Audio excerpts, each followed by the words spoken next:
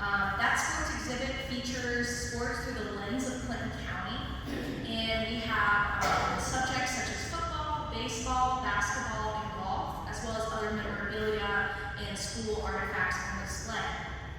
As part of that exhibit, we wanted to develop a speaker series to allow our community to understand the importance of sports and how sports have impacted Clinton County as a whole. We would like to again thank Mark Huber, the sports editor of the Wilmington News Journal, for emceeing our events. I think we're on month like 5 or 6. We've been going pretty strong for a while, and we do have another event coming up this Saturday at 7 o'clock. Due to Wilmington College's homecoming, it will be hosted at the Clinton County History Center, so hopefully you know where that's at. But Greg Nard and Jim Bailey will be joining us and talking about front office and just how the sports world works. We're really excited to have Greg back in person. I think he was hoping to join us earlier this year and was unable to, so very excited to have him flying in from Dallas to join us. But tonight is all about baseball. And let's give a round of applause to these gentlemen and Mark for being here tonight. Thank you.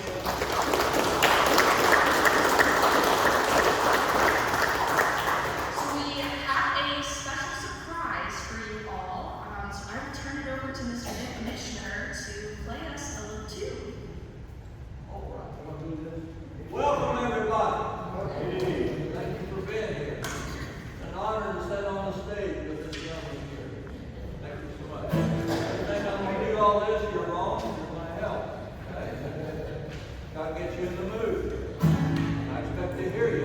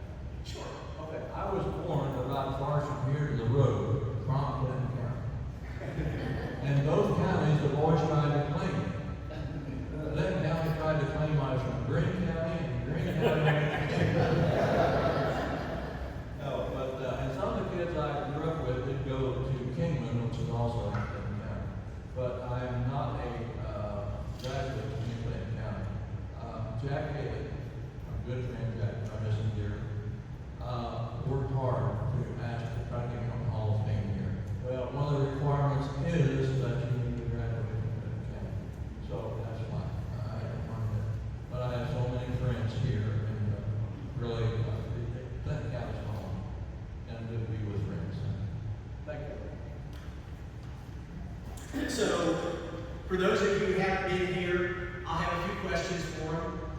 Then I'll turn it over to you. If you have a question, we'll get to you for sure.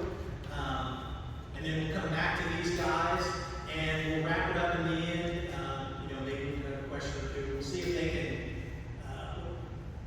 We'll ask them to tell us a story. They have stories.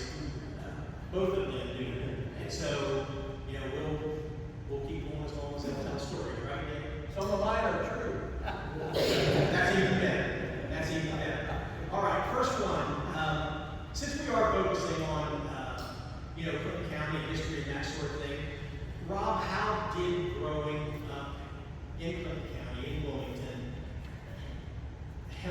you along your career path, whether it was with the News Journal or in professional baseball? Well, I guess it started at Eddie Sims Field at the park out here. Back then, you had to be 8 years old to play T-ball. And I was on that summer cutoff age, what was it, Mom, July something. And I was always 6 days off, so I was always a year behind my classmates playing baseball. But that's where it all started. Ebbie Sims Field, we played on the new Pony League field, the cool field with the lights on it back then. Then the high school field, which means you survive the other fields. But our whole background, since I was a little kid, we played baseball. I mean, as some of you know, I have 9 brothers and sisters, 5 brothers, 4 sisters, and we played baseball all the time, every day. No matter, in the fields, at the park. When we were in teenage years, Dad was playing softball, and then you had at any given time, Mike, me, Pat, I don't know, Christine played softball a little bit, Tony played, Jeff played, Jerry played, Katrina played. So there was a period of 6 or 7 years when we were kids where we literally, when the park started in the spring, we were at the park out here every night, literally every night. Somebody was playing somewhere, and those of us who weren't playing were playing ball in the little pockets of fields, pick-up games or whatever you want to call them. So sports has always been part of our lives, my family's life. And then I was lucky enough, when I was a junior in high school, to work at the News Journal. They had a program where some students could get jobs and work in the morning, and then they could finish class in the afternoon. I worked at the News Journal for 2 years when I was in high school. I did everything, whatever Clarence Graham needed, really. And I got to know the folks there. And I worked for a couple summers and said goodbye and went to college. I did some stuff in the summer for the News Journal when I come back. Then I graduated from college, needed a job, called Clarence, and he hired me as the sports editor for the News Journal in 1985, I guess it was then. And covered all 4 high schools, went to college, got to know the athletic directors very well. I thought they had the coolest job of all, athletic directors, so I did that for a couple of years. I got burnt out, as Clarence told me I would, and I went to be an athletic director. So I went to Ohio State to get my master's degree, so I could be an athletic director. And then while I was there, I ended up getting an internship with the Yankees AAA team at that time, the Columbus Clippers.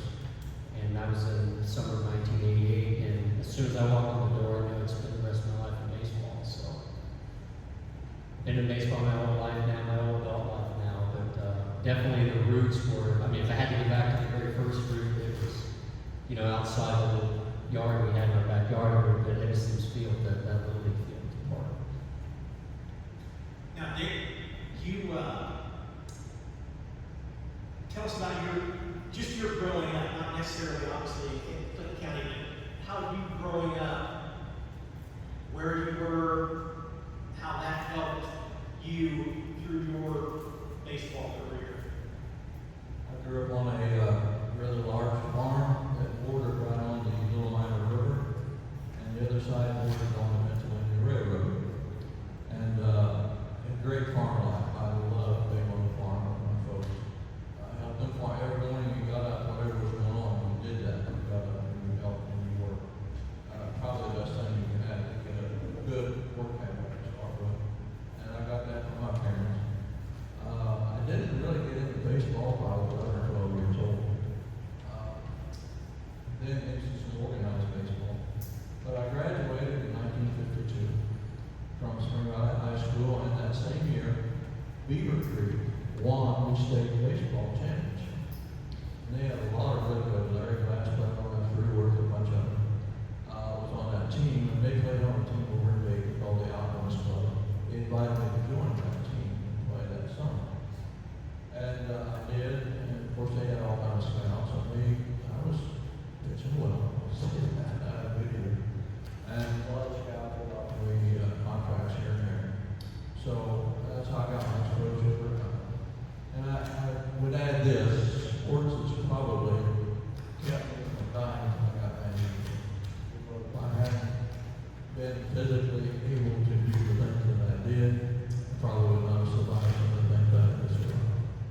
So, I never smoked, enough of the quality and all. That's all I did, and that did not work for those people. So, what ethic was learned from it. My parents were very encouraging to be able to continue to go into the baseball. I'll elaborate on that just for a second. My father farmed, a big farm, and of course I was there. And when I signed the baseball contract for Cleveland, I left the next spring. He farmed one more year, and it was more than he could do. I never thought about that until I got older. He had to give up farming, basically to go out of his home. And I think he would have liked for me to stay there, but they both encouraged me to go do what I wanted to do. And I've always maybe not appreciated what they did for me as much as I do now. So they encouraged me to play baseball. And he took a job at that time with Farm Bureau instead of farming. And there's a song that's called I Wonder How the Old Folks Are at Home. That's basically the story of my life. I left by myself, and they encouraged me to be there. So, you're a lot of credit to my parents, a lot of credit to the work ethic. I was very lucky to be with them. So staying with you, Nick, so you say you didn't start playing baseball till you were 11 or 12. Is that because you were always working on the farm? Was it a livestock farm, grain farm? Yes. We raised it. We have chickens, hogs, cattle, you name it, we raised it. Corn. Never raised no baby with hay. I got into organized baseball kind of by accident. Some people called and wanted to know if I wanted to play. I screamed out. Had some really good coaches, and they worked with me. I can remember we had two teams. One was like 2 or 3 years older, and I was playing on both of them. I would play first base with one team, and the next team I'd pitch. And they wouldn't let me throw real hard on younger kids, but they afraid that would hurt somebody. I was called effectively wild. That's the most dangerous kind. They didn't know where it was going, well, I didn't know where it was going most of the time. But then I did gain some control where I could do it when I wanted to and not do it when I didn't want to. So I had this in at about 12 or 13 years old. I finally figured out that girls were just not lumpy boys. It's like, look at what girls do. And I'll tell you, this is my joke on my parents, and it's the truth. Now, I'm not going to lie to you. I'm going to tell you right in front. This is a lie. This is the truth. We didn't get a phone or an electric until I was 14 years old. And I was freshman in high school, and some of the girls started talking. It was okay. I'd talk a while, and let them talk a while. Finally, my mother said to my dad, said, you need to take that boy out and have a talk with him about girls. My dad said, you're absolutely right. I need to find out what he knows I don't know.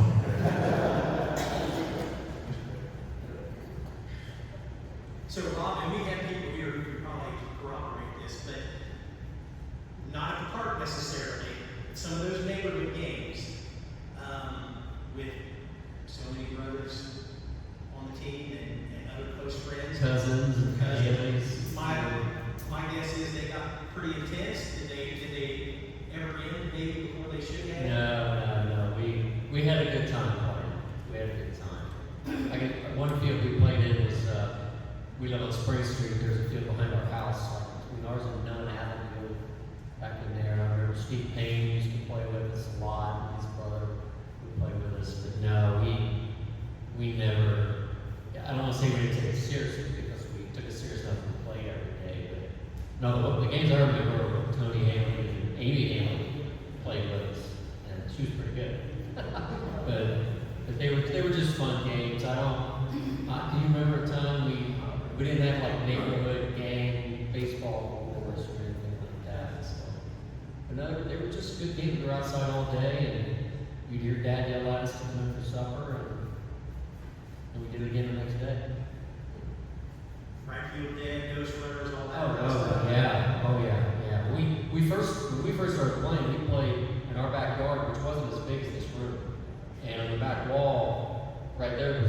barn that we didn't use for anything. It came with a house, I think. And I mean, first base was that camera right there. It was actually a tree. It was a tree.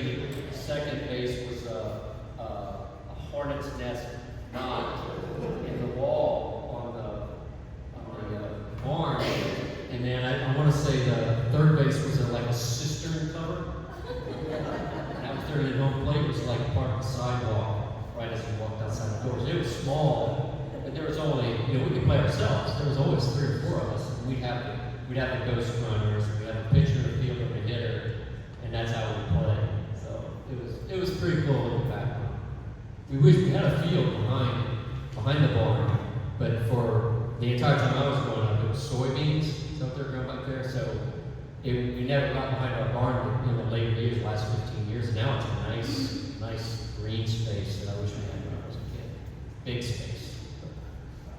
I'm sure if you asked Brian, you guys could pick that game over there. Yeah, we played a couple of winters ago. We got all together for Christmas, and we went out there, and it wasn't as fun. Yeah, no, we never had any serious, our serious games were at the park. Some of the teams we played when we were kids, and some of the coaches were pretty good at going after each other. That was fun. So, growing up, you didn't have a telephone until you were 14. Did you have a radio? Did you listen to baseball games? Did you do that? My family all was very much Reds fans. And if we'd go for Sunday dinner somewhere, we would usually go out and turn a car radio on or somewhere where we could listen to the Reds game. That was really my first interest in baseball. All my family enjoyed that, so kind of got oriented that way. Y'all remember Wade Boyd? Yes. I played with a guy, or he was a manager, that remembered when Wade Boyd walked into the ballpark for the first time. Said he was, I would say the word, but he was a smart kid. The story about Wade Boyd, he was warming up, it's true. And then the catcher was warming up, chest protector, didn't have a chain guard. And he was talking to the guy in the stand, the catcher was. Well, Hoyt threw the ball, hit him right in the chest. And he finished saying whatever he was going to say to the guy in the stands, picked the ball up, put it back away, Hoyt. Said, if you ever do that again, I'll kill you. And he meant it. So, but Wade Boyd was a great first round for the Reds. I think that was my first minutes with Wade Boyd. Great guy. Would you allow to listen to baseball games at night around now? When we were growing up, because we're not far off the same age, you usually were in bed and go listen, maybe not put the radio too loud. I don't remember any of us holding the radio. I mean, when Dad put us to bed, he put us to bed. And we would play around some nights. We had the 4 girls in one room and the 6 boys in the other. We had 2 sets of bunk beds. Was it 2 sets of bunk beds? Yeah. And then another bed where 2 of us slept in the same bed. So it was, there were nights when we had a little fun. But I'll tell you when it ended, because Dad would be downstairs watching TV, and Dad worked in the National Guard, and he wore fatigues, and the fatigue belt had a buckle on it, and you could hear him unbuckle that belt and go, and we shut up in a hurry. Once the belt was off, he didn't care who it was. We all turned over, and that's what happened. No, we didn't do the whole, stereotypical radio under the pillow, sheet over your head thing. We listened to it just like Dad did. I mean, back when I was a kid, when we were kids, they were on TV. They were on TV 4 or 5 times a year, maybe. And then, now they're on every game. But we had to listen to the radio. And we listened, when Dad listened in the backyard or we were driving somewhere, we listened to, we didn't really sneak around. We were good kids. We were afraid of our dad. To be honest with you, we put you to bed, you went to bed, So, Anybody have any questions?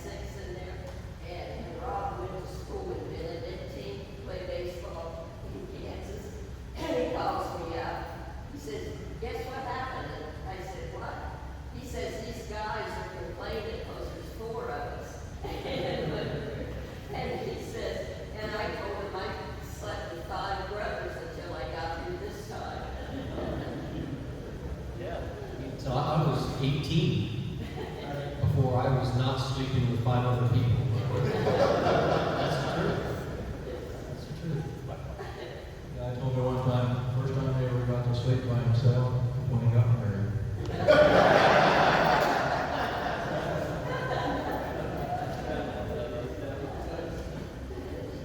Rob and I come from he's from a big family, and I was one only child, so it's totally different.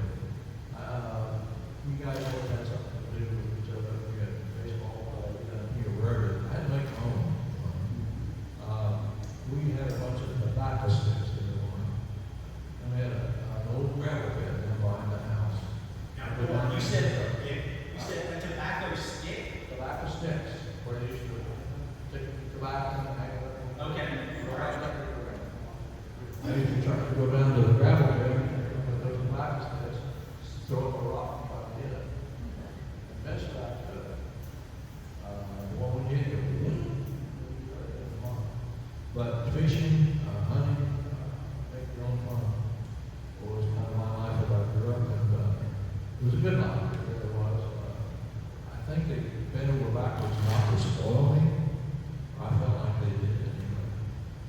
But they probably did. We missed the hunting, the fishing, and the swimming thing as kids. And it's funny because I'm around so many baseball players hunt for whatever reason. They talk about it all the time. And we had an in-law of ours visit us a couple weeks ago, and he's a fisherman, he's a hunter. And he was talking about going down and catch some fish, go out in the water, and shoot some deer. I said, no, I've never shot a gun. He said, you've never shot a gun. I said, dude, there were 10 of us. We didn't go swimming. I mean, you can't take 10 kids to a body of water. I don't know, Mom, did you swim? I don't, Dad swim? I don't think Dad can swim. He still might be the only person in his family that's ever been able to swim, but I can't. And we never did. I mean, we certainly were going out to the woods with guns. We 6 boys. So and it's funny to hear people talk about, I grew up in the hunting and fishing thing, and I said, I had no idea what it was like. One of those fun, I thought it was one hunting store. My father was a great coon hunter, loved to coon hunt. And we had coon dogs. And the dogs treed a coon up inside of a little snag. And you could lay down, it was on a hillside, you could lay down and look up and you could see the coon up there. He was about 10 feet above me. And I had an over and under rifle, 22 rifle, and I was in China. Well, I shot 3 times with that rifle, and I couldn't hit that coon. He was 10 feet away from me. And he's taking bark down in my face, and the dogs are all over me. I tried to hold a flashlight. I said, Dad, put a shotgun shell in here. I'll get that coon. He did. When that gun went off, I didn't hear anything for 3 days. It's like that hollow tree. So I learned a lesson there. Don't shoot a gun in the hollow tree. The only story we have about guns in our house is our dad shot himself in the shoulder. How old was he? 15. 50. I don't know what gun it is. During the blizzard in 1950. Yeah, he shot him through and through in his left shoulder. That's our gun story. So, Dick, tell me, you, growing up where you did, you went to Dayton and played some baseball, but then the first minor league team you played for was Daytona Beach. Was that the first time you ever left Ohio, left Greene County? Well, my parents traveled quite a bit. I traveled with them when they go on vacation. In fact, we went to Mexico a time or two with my parents. So I've been out of the country, but not on my own. I just turned 18 in the fall. I was signed. And that spring, I climbed on a train in Dayton, Ohio. And 20 hours later, I arrived at Daytona Beach, Florida, for spring training. Didn't know anybody. It was like 6 in the morning. Well, got a taxi and went out to the spring training camp. One story I'd like to tell you about my first spring training is that they just worked you to death. They would sign like 20 or 30 ball players, but they knew they weren't going to. I mean, somebody was sent home every other day, and that was heartbreaking to me because Sits both their hand in the arms, signing, praising about the baseball contract. And then they got to go home until I did win. And that was tough. But they did work you hard, but they didn't go out on the field on Sunday mornings. They gave you Sunday morning off, go down and get breakfast, you'd have to be on the field till I'm going off. By that time, you was just sore and tired that you just rested whenever you could. Somebody knocked on the door. He was messing around in this town before I'm trying to rest. Said, we're going to catch a bus and we'll go downtown to church. You want to go? Well, I've been out of this place for a week or two. Yeah, it'll be fine. So I went out there. It was Rocky Calavito and Roger Harris. And I didn't know it. Here's an old country boy, never been away from home much. And they were real Catholic. Never been in a Catholic church before. I was lost. I really was. They took good care of me. I cleaned the thing. I went to church with Roger Harris, Rocky Calavito. Good guys. Rocky Calavito had the best baseball arm I ever saw in baseball. He took one step to home plate and threw a baseball over the center field wall. Through 410 feet away with a 10-foot wall. Sounds humanly impossible. But he did it. When spring training was going on and Rocky Calavito threw from right field, the entire campus stopped to watch him. It was that good. You throw from deep right field to third base, ball would be 6 feet off the ground. Third base would catch and chase down. Get up and rifle every time. Carry Valley, you see Rocky Calavito down at the bottom of Texas store? And that's great. But that was the whole country boy being to be a great star. Did you play in the stadium that Jackie Robinson played in there? No, I was not playing. We were a little older.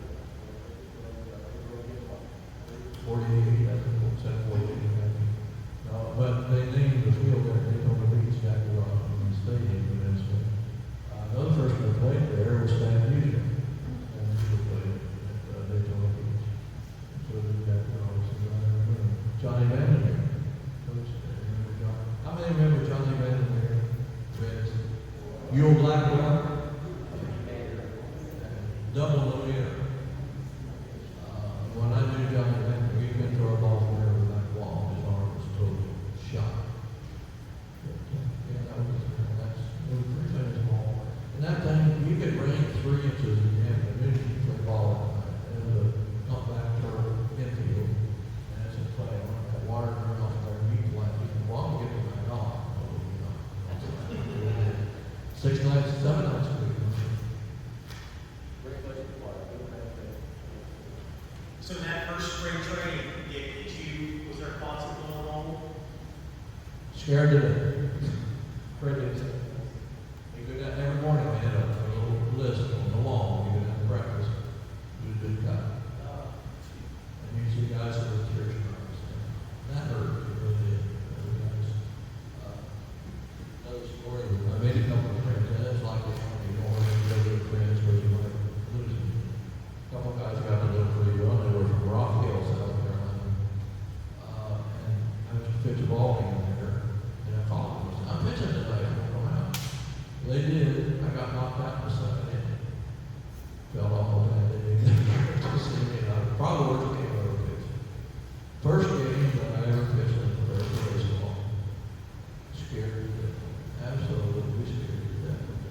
Warmed up, went out on the mound, and ready to pitch. Of course, everything got to stop and do the national anthem. I said a little prayer. Lord, don't let us see my knees shake. Because they were shaking on the mound. I took the first 2 or 3 pitches. Everything was fine. And the people there were very good to us. So Rob, what do you remember about the first time you went to a spring training?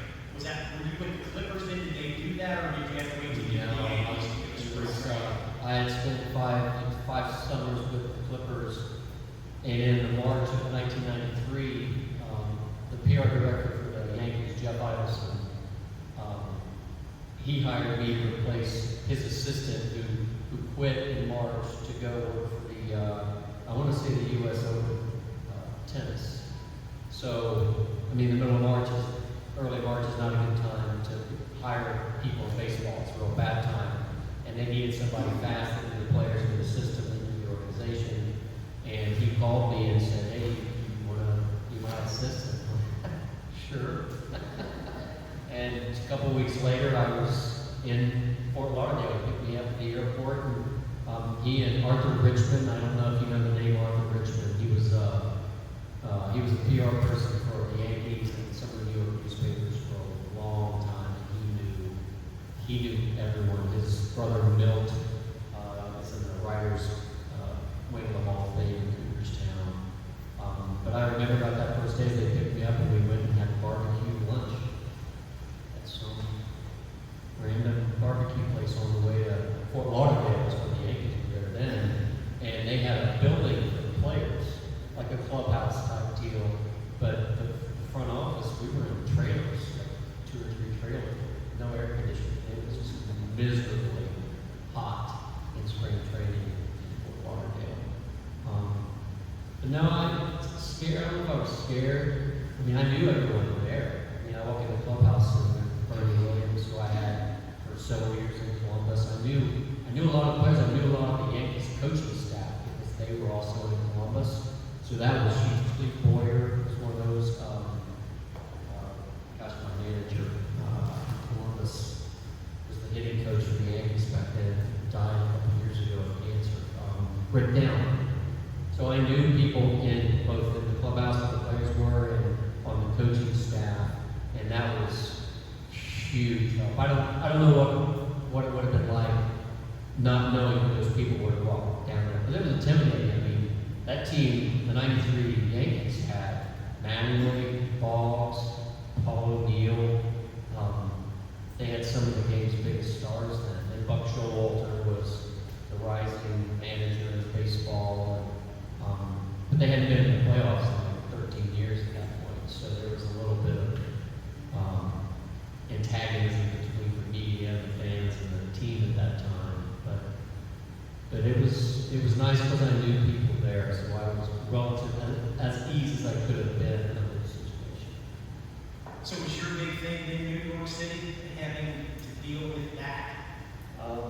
Yeah, I mean,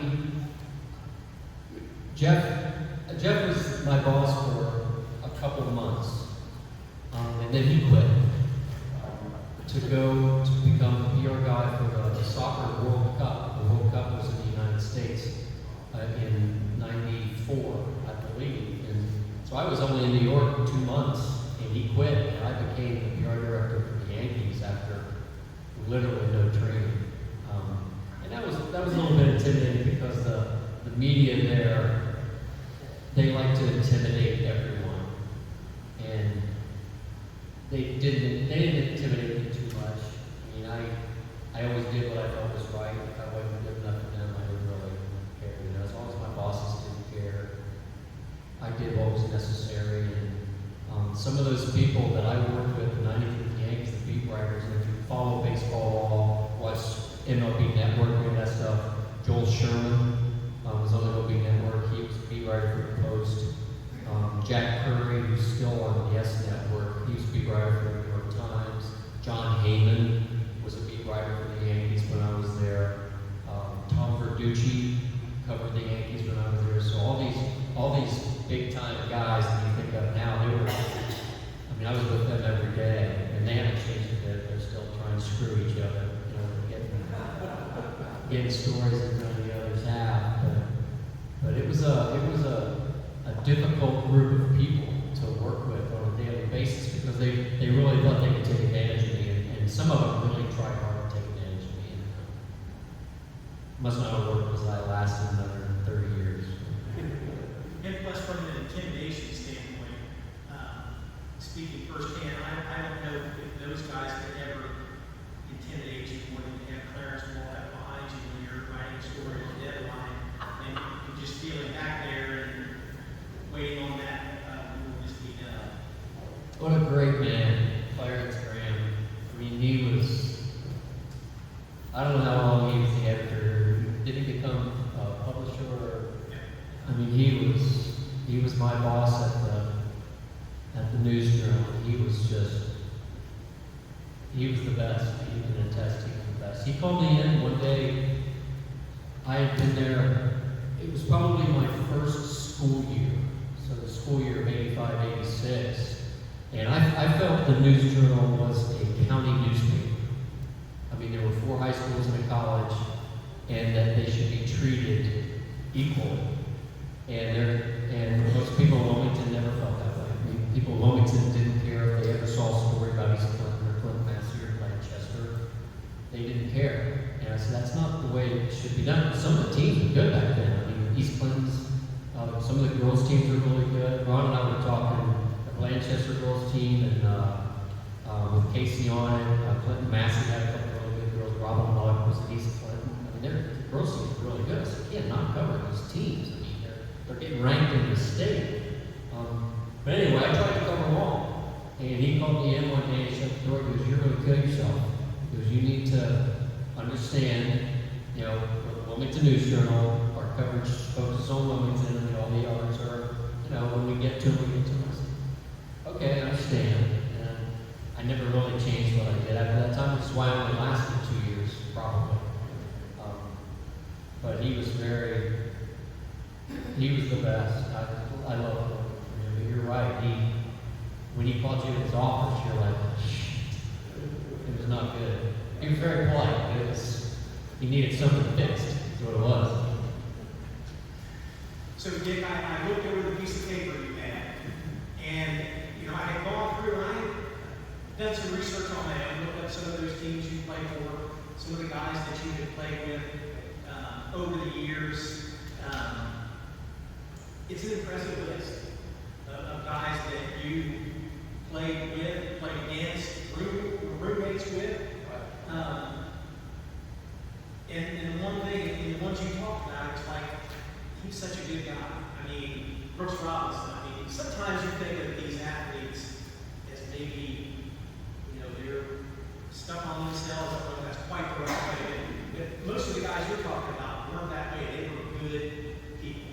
I couldn't follow up. A lot of the guys I played with, and Brooks was one. He was not only a roommate, he was a teammate. Sat right beside him. We rented a motor scooter. We were in Barranquilla, Colombia, South America, playing winter ball.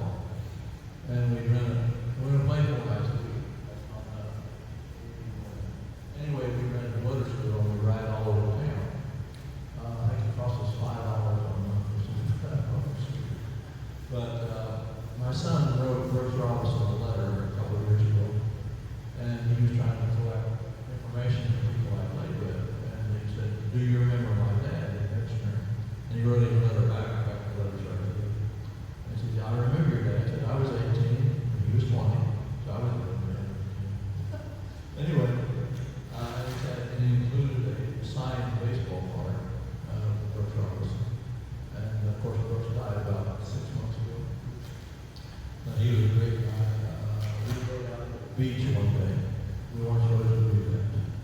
Not supposed to go to the ocean about 13 miles. Rode that old motor scooter out there, and somebody stole my billfold out there, had my social security, and I just called back to the station, and got all sent down to the court to leave the country.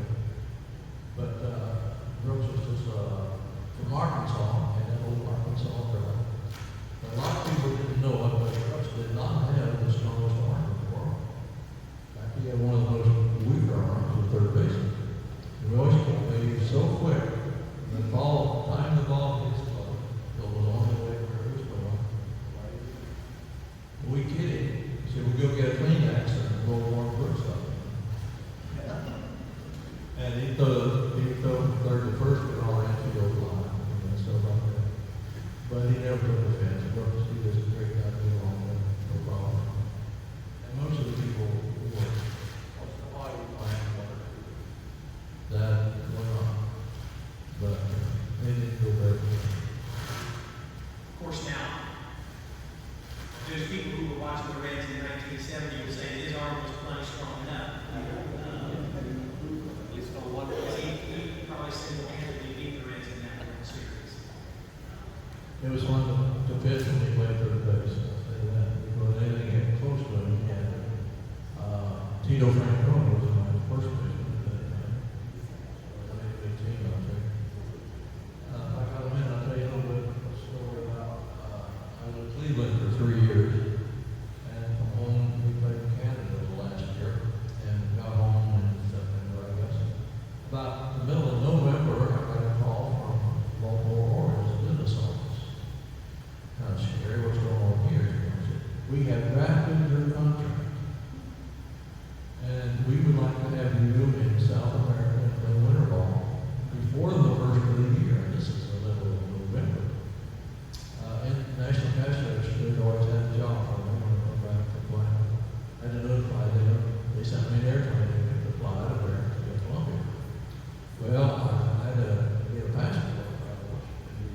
which came in the morning, I was flying. Got the passport, and flew to Miami, and stopped there with their consulate, did a couple of shots going around the country. Had to get an okay from the draft board. Great war was going on, so I had to have permission to leave the country. Check it out. We went out to the airport, and there's an old DC-3, you know what they did, old two-motor converter, World War II bomber, converted to a Battle plane. And that was a flight to South America. Well, we flew to Cuba. Cuba was not on. We stopped there and we loaded some more freight. We got some more passenger on the road from London, rocked the ship a little bit. When we took off, we flew to Jamaica. In the mountains there, you got to go over the mountains, which is pretty tall. And the runways only about 4 feet out of the ocean. Come over the ocean and land. They put more passengers and more freight. And they gassed up the plane, all the gas to get on it. And they pointed towards the ocean, ready to take off. Wound them motors up, seemed like for 15 minutes. I don't know, it wasn't that long, but wide open. When they let go of the brake, it kind of like a little duck, and it started going down the runway. This thing ain't gonna get off the ground until we get to the runway. End of it. When it did, it wasn't flying, it wasn't going down. They finally got flying just a little bit. And I looked out, and there's gasoline running out of the wing tank back towards the exhaust pipe of that engine. This thing's going to blow up and throw us all in the ocean. And shaking like a dog out of water. We finally got it up and leveled off. 6 hours later, we landed in Grand Rapids, South America. Fred Hoffman was the manager there. He had me the plane. He said, the only thing you have to learn in Spanish is your English. You can't tell a taxi driver in Spanish where you live, you can't get home. You go anywhere. Shouldn't be too tough, would it? Calles, entiendos, caballeros, and Guantanamo. But it was interesting, we were there like 2 months. Other was beautiful. And no winds, they were in the middle of it. It was interesting, but everybody down there bet on the game. And they would walk in front of the backstop there, and they'd hold money up. They bet anything, score, anything. I even seen them bet on the umpire to move the ball back to the mound, so it would be on dirt or grass. So we were taught, as soon as the ball game was over, you got your stuff and you got the day out there real quick. Because they could get dangerous. Some of those guys are going to lose a lot of money. They're actually got it awesome. But it was a great experience. Good guys. So for both of you, we'll start with Rob. A little bit different careers when it comes to baseball between the two of you, but what is it about baseball that was the allure for you and kept you in it for so long? I mean, you talked earlier about how you had to pick up games with your family, and I know there was probably basketball playing, but you only mentioned baseball, you know? That was the only one I was really good at. That's, depending on who you talk to, I wasn't good at that. I don't know, I guess that's really, it really was the only sport I played, because I was small. I went playing football, we didn't have soccer when I was in high school. I wish we had soccer, I didn't play soccer. I couldn't play basketball, you know, smallest guy in my class for most of my life. And it was just something that I could do and something I really enjoyed doing, and I got lucky when I started in baseball, and then the job I took in baseball I've been in media relations my whole life. I was the team PR guy for 35 years, 5 in the minor leagues, 3 in the majors. And the one thing that I truly enjoyed was being a part of the game every day, being part of the traveling party, and being as closely involved with the game as you could get without actually being on the field. There's a sense of, I knew what was going on all the time, everywhere. I don't know if that was I know you don't, and I don't know. I never shared it with anybody, but it was just, I had a game every day, you know, kind of thing. It was just, it was better than getting up and going to a factory, you know, really, wasn't it? I enjoy every road trip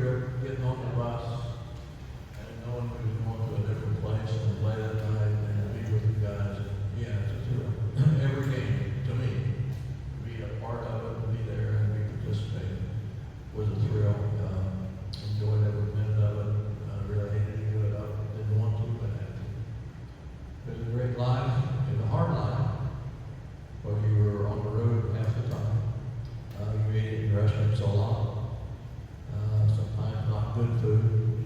We stopped at a Chinese place one time, I'd never been sicker in my life. So, I got a couple umpire stories, can I share them with you? Umpire stories are supposed to be your friend, right? Yeah. Okay. You believe that? Ed Seagal, anybody remember Ed Seagal? He was in South America when I was there. Nice guy, he come over the house, he chilled movies, he bring a movie projector over and chilled movies to go on. So I got to know Ed pretty well, and I was pitching on the road. We had one road trip down to Cartagena, about 60 miles down the beach. And I was pitching, and Ed was umpiring first. Had a native umpire behind the plate, and the only thing he could say in English was ball striking out. Well, the guy fouled off 2 pitches. Third one he took right down the heart of the plate. He said, strike 2. No, strike 3. 2, strike 2. Looked over to Ed. Ed, did you know what the count was? Yeah. That was strike 3, wasn't it? Yeah. I said, would you go tell him?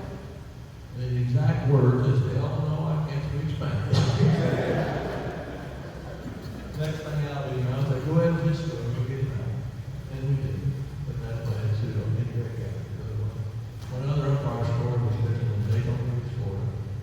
And I had supper with the umpire for behind the mic the night before. Good guy. And I walked off the mound, he walked over. He said, I missed a couple pitches on you then. I said, no, you did. Almost strike. Draw the ball. I said, I'm sorry. I just missed it. He said, okay, we got him out before I got hurt. No problem. About 2 innings later, and I swear to this day, the Buck Party was our catcher, the old guy. Call for a fastball. Go for it, so I buzzed the fastball right in on the guy's hands, and he shipped it out to catch the curveball. He thought he was curveball. Hit that umpire square in the mask as he could hit him. Knocked him, almost knocked him out. He took that mask off. He said, I thought you guys done that on purpose. I threw you both out here. Catcher saved me. He said, that dumb hillbilly out there can't read signs. I don't know who was wrong or who was right, but we got away with it. That's my person. Very good guy. So for you, Dick, in the end of, what were the circumstances around the end of your career? Say that again. The circumstances around the end of your career, I mean, was it arm trouble, were you just ready to hang it up, or? I had 4 years in professional baseball. I pitched a ball game in Beaumont, Texas. And my arm was bothering me during the game. I managed to finish the game. And we walked into the hotel that evening. I started opening the hotel door. My arm wouldn't straighten out. And we went to a surgeon. He said, you have a bursitis buildup in the elbow. We can take care of that. We can offer you. You'll be a year out of baseball. And I said, what I tear up going in and fixing that, I can't guarantee how it's going to go back. We may never pitch it. So at that time, we had a small child, first child. And I couldn't see staying there and trying to make it any farther in baseball. And I had a big chance to do business here locally. I miss baseball, but it's still part of me and always will be. It's been a blessing to me. Any questions? Oh, yeah. We'll start in the back and we'll work our way out. This is for Rob. Am I mistaken? Weren't you involved with the Olympic Committee at one time, and that's how the torch meeting in Wilmington and Sabina to courthouse back in the day? So it had to be 96 or 98. 96. This is right after my spinal cord injury. I remember watching everything, and Nathan Kendall got the torch through Sabina in his wheelchair. So how did you get hooked up? I had been with the Yankees for 3 years. Took a year off. Not by choice, right? No, I was fired. So I was fired in 95, November 95, and the Olympics, as you said, were in Atlanta, were in Atlanta in 96. And part of the Olympic, whatever you want to call it, festivities is the torch relay. They fly the plane from Athens, Greece, they flew it to LA, and they proceeded to literally run the torch flame all across the United States. Well, I got hired by a company to be part of the torch relay, and my job was to make sure the cities where we were going knew we were coming, and did the same thing we did here, is just get TV newspapers out the Olympic torches coming through big towns, small towns. So I was part of, there were two teams, there were two advanced teams, and we leapfrogged each other. I started in LA, they went to San Diego, or I was in San Diego, they were in LA, I went from San Diego to San Francisco, they went from LA to Seattle, and we just kept leapfrogging to generate publicity for the torch relay, and we drove 13,000 miles that summer from LA, and we ended up in Atlanta. And I ended up staying in Atlanta, actually, for the Olympics. I worked at the Olympic Village.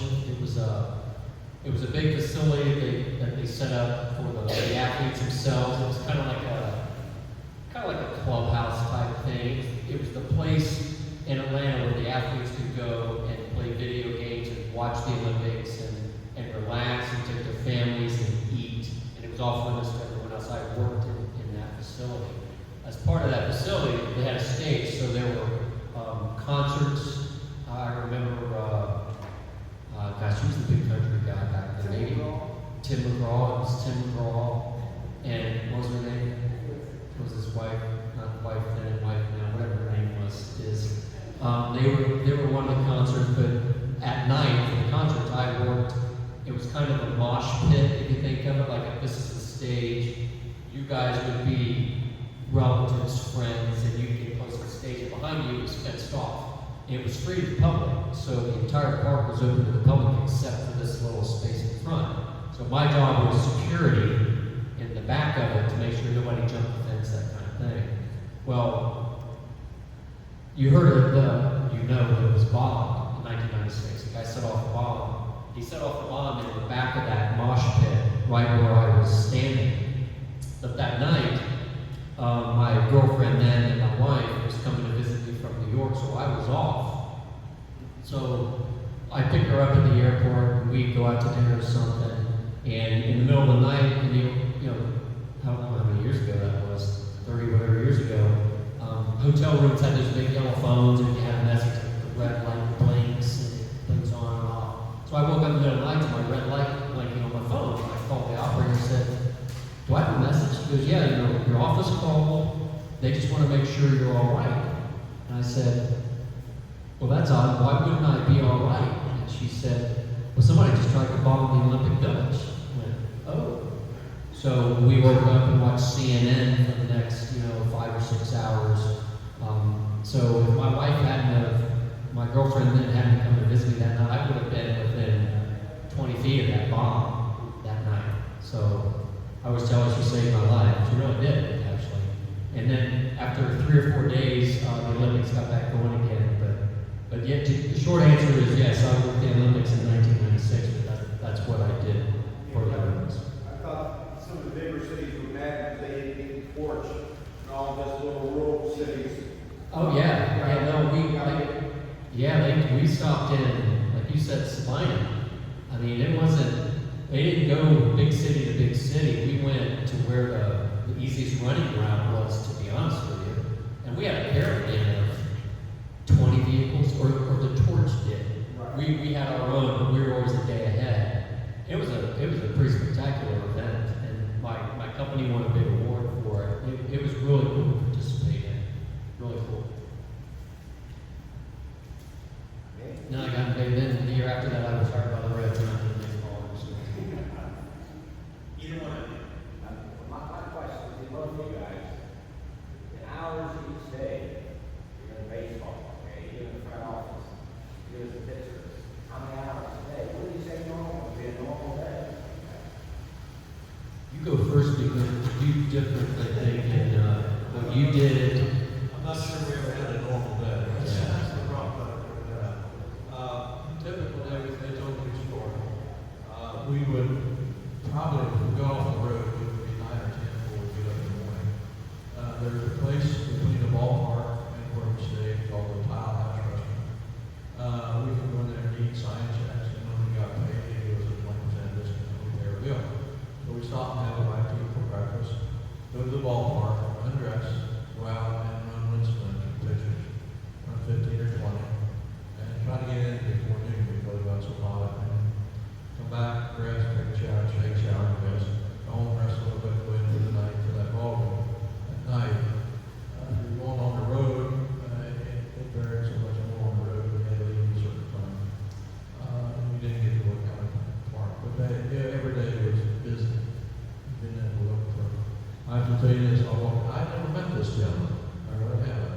followed his whole career, his family, and I'm your family.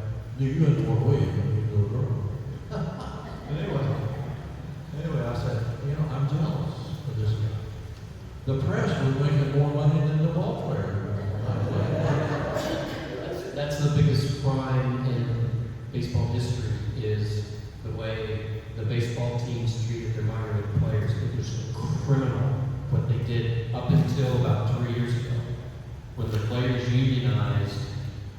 I think every person I ever worked with made more money than the players in the minor leagues. I mean, a AAA player, unless he's a veteran, they made, $1,500, $2,000 a month.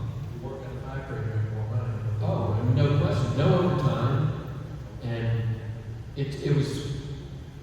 If I have any negative thing to say about the game, and I have very few negative things to say about it, baseball owners should be embarrassed for the way they treated their minor league players for 100 years.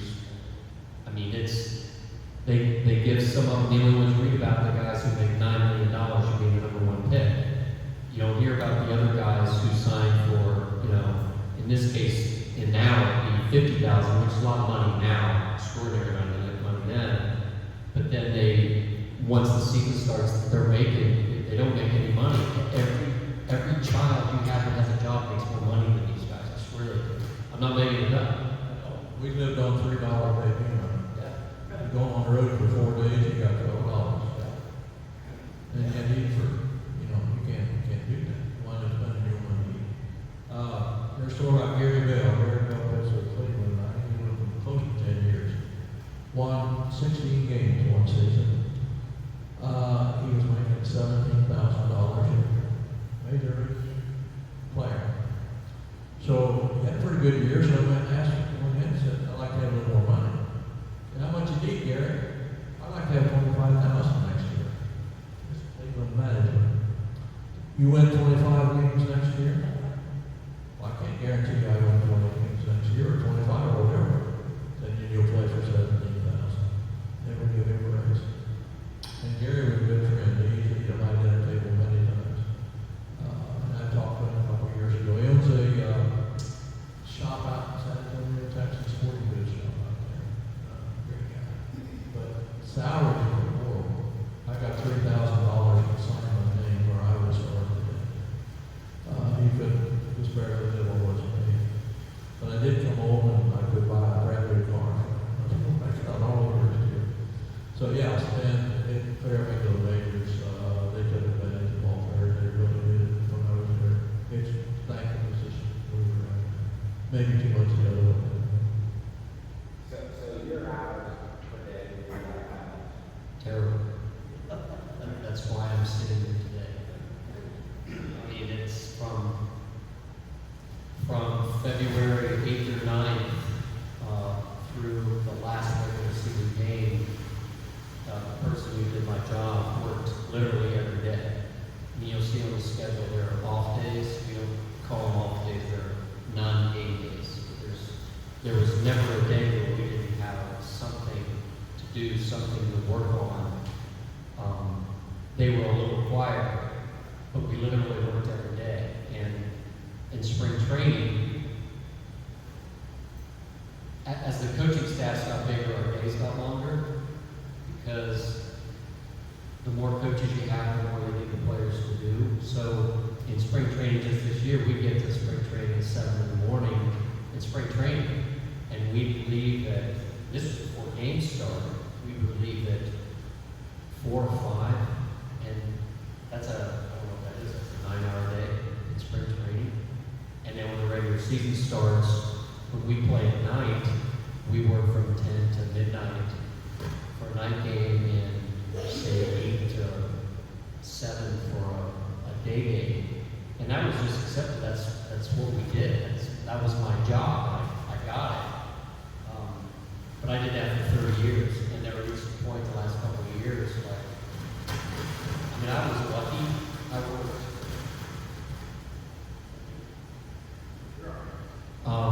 I worked All-Star games. I worked 22 All-Star games, 22 World Series. So I got the feel of that kind of special event. So it wasn't like I needed to hang on gotta get to the playoffs with my team, that kind of thing.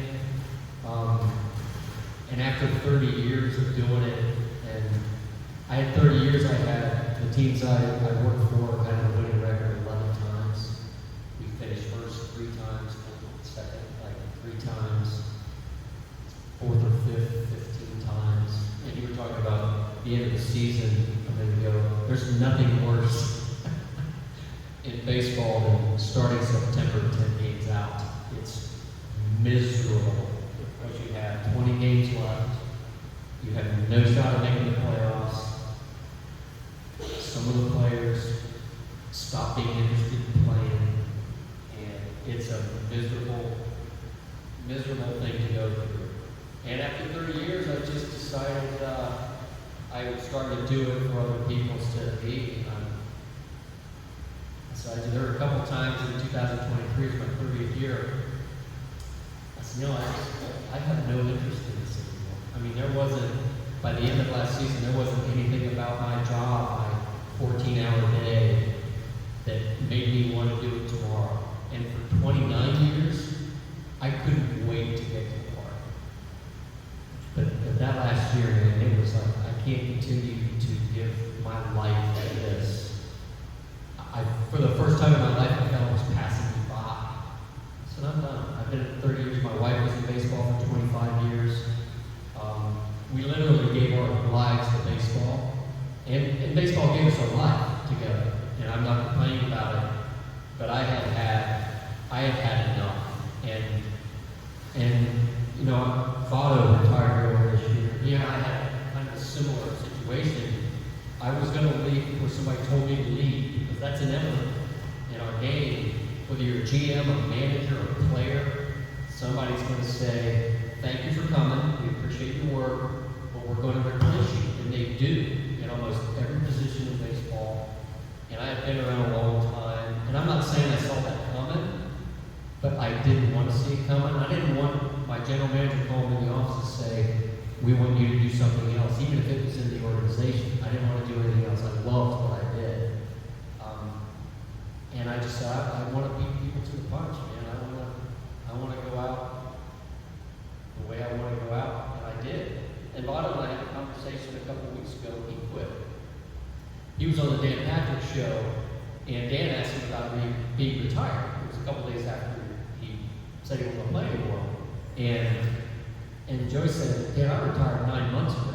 He said, when the Reds told me they weren't picking up my option, and no one else wanted me, I've been retired since then, because my phone's not ringing off the wall. And he was a guy that he was in demand all year round through me a lot of times. And he goes, and to me, he said, I haven't spoken to you in a while, because I haven't had a need to. He goes, so I didn't really retire 2 days ago. He goes, I really retired 9 months ago, but no one was going to tell me that I couldn't play anymore. And he said that for 2 years. They've been asking if he's going to retire. He said every time, no one will tell me I'm not going to play. The game will tell me when I can't play anymore. And he said, man, that last month at AAA, I just wasn't any good. Because I saw it, you saw it. I mean, look at my number. It just wasn't any good. So I'm not going to do that to myself, my family, my teammates. I'm stopping a minor league kid from playing AAA. Because I'm a 41-year-old guy on a team at 136.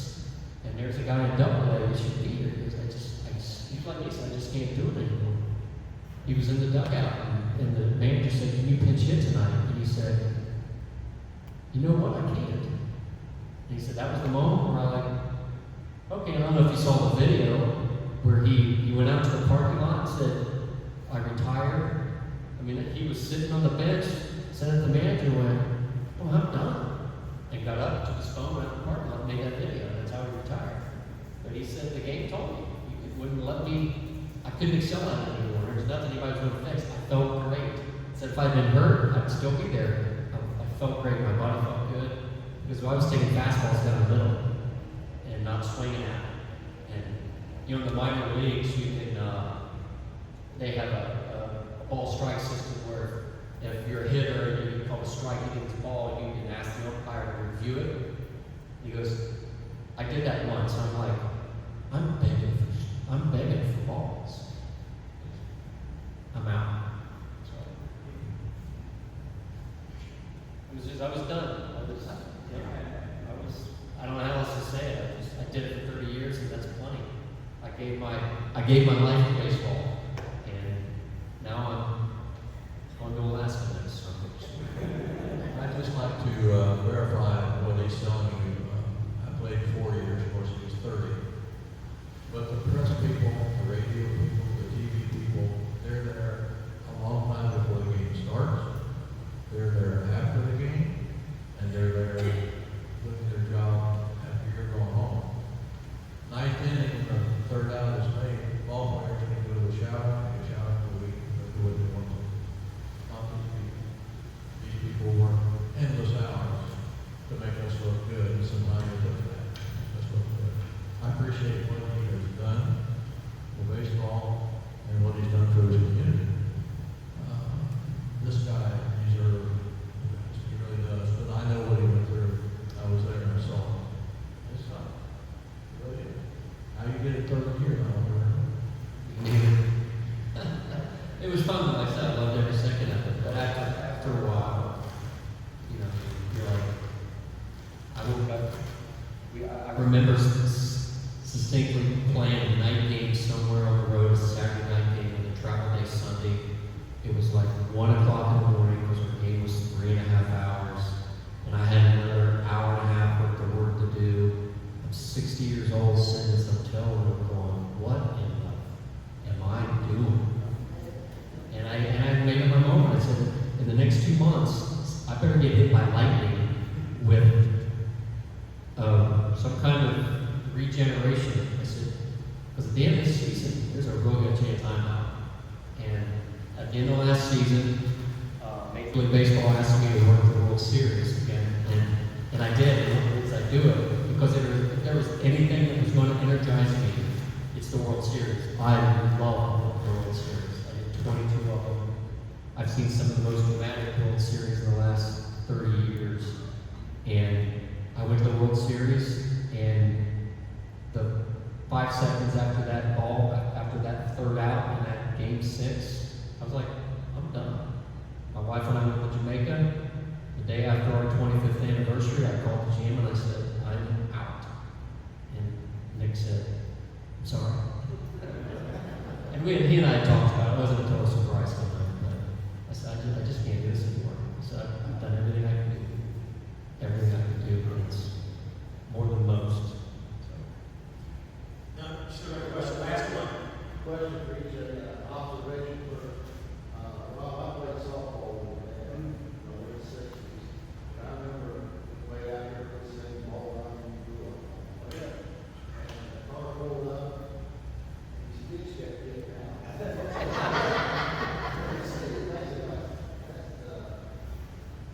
This butcher's kids, are they running around in the door? Chevy and Powell.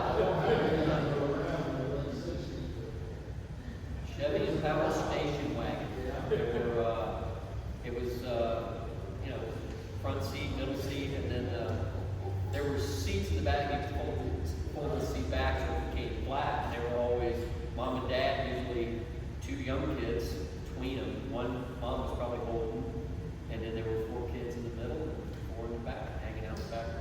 When they arrived, Chevy they and Powell. arrived. We couldn't have, I don't know how we could have lived as a family now, because you can't put 12 people in a vehicle. I mean, what's the age limit for child seats? Is it 3 or 4? Well, at one point, we'd had to have 5. And for how many years would we have had to have 5 car seats? And we could have never done that. And we could afford 2 cars, and we thought that's what everybody did. We did. I mean, you guys going somewhere? Yeah. Where you going? I'm going to Michigan for a softball tournament. All of you, all 12 of us in that car right there. And we used to have a sign in the back that said, Mom had a sign made that said, yes, they are all ours. People would pass us on the highway and they would look in and go, oh my God, what is going on there? It's us. It's us. Any stories about having to work for Mr. Steiner?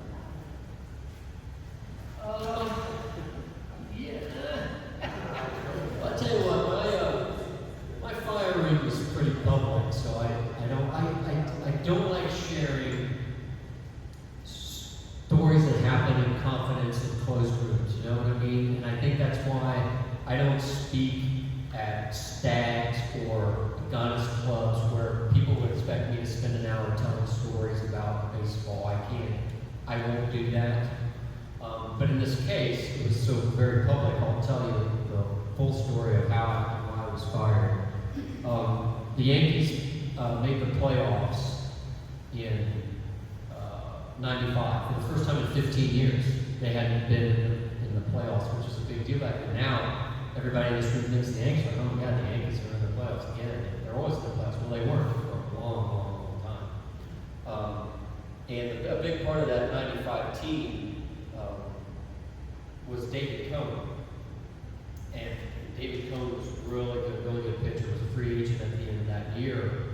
And near the deadline for re-signing all your free agents, I went home for Christmas. And I sent Mr. Steinberger a fax at the time. I said, I'm requesting permission to go on December 21st to December 26th. I'll be back if you need me. Here's my mom's phone number. And he said, okay, you can go. Well, while I was in the air flying from New York I flew to Columbus, the Yankees re-signed David Cohn. And so I land, and somehow I don't know if they called mom or if they called sis, because I went to sis's house, but I landed and my sister said, you gotta call your office, Steinberger called. I said, really? And I called him and said, we just signed David Cohn, where were you? And I said, well, as you know, I went home for Christmas for a few days. I said, I'll be back tomorrow, because the press conference is going to take it. No, don't bother coming back. He goes, we're going to find somebody else that wants to work all the time. I said, okay. And he was the kind of person, I was fired 7 times before that. So I went back the next day. When I got to the stadium, his president of the team said, you really didn't want you here. I said, really? He goes, yeah, he was pretty irritated. He went home. I said, he gave me permission. He goes, he is who he is. He goes, okay. So I went back home, came back to New York on the 26th, 27th, and about a week later, he offered me my job back. And when he offered me my job back, he said, I think you learned your lesson. I went, ooh. I learned my lesson. And I never got past that. To this day, I'm not past that. And I said, okay, I'll call you back. Let me just call me back. I said, well, I'm going to think about this for a little bit. He goes, okay. What's this guy doing? So I called him back the next day. I said, I can't work for you. I said, no one will treat me like that. And he was, okay. And, hung up and hired somebody the next day. Wasn't the next day, but they eventually hired somebody. And the unfortunate part about that whole thing, there's an unfortunate and a fortunate. The unfortunate part was the Yankees won the World Series 4 times in the next 5 years. And that was the beginning of the whole Jeter, Posada, Andy Pettit, that whole group of guys. That was their first year. But the good part of it was I got to work the torch relay, and then I got hired by the Reds in '97. I spent 27 years there. So but that's about the only story that I tell that I'm comfortable with, because it's very public, it's in books, and it's been written about. So that's the truth about how I got fired. I went home for Christmas. So over the years, baseball has always been about stories, more than any other sport. And I think these 2 guys brought that out tonight. Very much appreciate Nick Mitchell, Rob Mitchell.